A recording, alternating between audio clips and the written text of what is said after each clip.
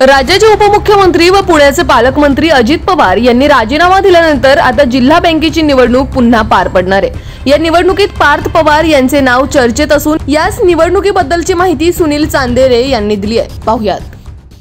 मला त्याविषयी काही सांगता येणार नाही। आमचे नेते आदरणीय अजितदादा पवार साहेब आहेत। गेल्या 20 महिन्यापूर्वी मी देखील जिल्हा बँकेमध्ये ज्यावेळेला संचालक म्हणून वर्गातून मुळशीमधून निवडून आलो, त्यावेळेला मला शेवटच्या क्षणापर्यंत मलाही माहीत नव्हतं की दादा मला बँकेचा उपाध्यक्ष करणार आहे। ज्यावेळेला आम्ही बोर्डामध्ये बसलो त्यावेळेला सुरुवातीला आमची सर्किट हाऊसमध्ये मीटिंग झाली।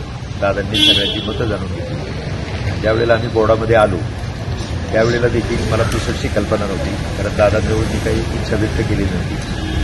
आणि ज्यावेळेला शिपाई माझ्याकडे आला, दादांनी अर्ज भरला, माझी सही घेतली, त्यावेळेला मला कळलं की मला उपाध्यक्षपदाची संधी मिळाली आहे। तोपर्यंत मला माहीत नव्हतं। आदरणीय दादा हीच आमचे नेते आहेत। बँक त्यांच्याच नेतृत्वाखाली काम करते आणि केवळ दादा आणि दादा जे नाव पाठवतील तेच नाव त्या ठिकाणी होईल। त्यापेक्षा मला अधिक काही बोलायचं